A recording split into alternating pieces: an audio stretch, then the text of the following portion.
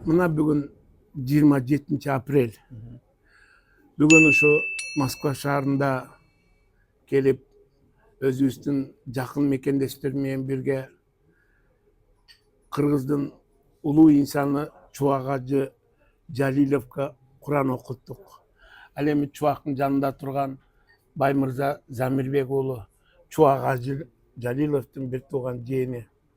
Мына ушу Баймырза инибиз мындан 2 жыл мурда Москва шаарында бейажал өлүмгө түшүп болгон. Ошонун өлүмү аягына чейин изилденбей калган.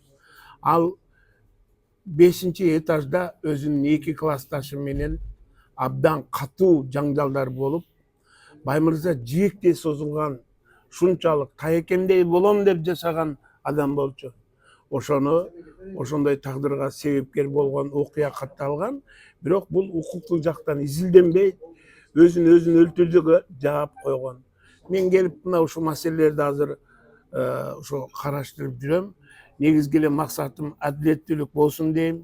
Кудайым насип кылса, булардын да адилеттүүлүгү чыгып калар. Анан эми ушул адамдарга Куран окуттук. Силерге рахмат. Рустам, бул жашоодо адилеттүүлүктү көздөгөн, чындыкты көздөгөн адамдардын иши дайыма ыйык керемет менен курчалып турат. Мен эч качан бирөөнүн артын чукулап ошону минтейин деген жерим жок. Могул жигитти бүткүл өзүнүн достору, жамааты, жакындары кандай сонун жигит эле деп көздөрүнөн сала жаштарын агызып эстешет.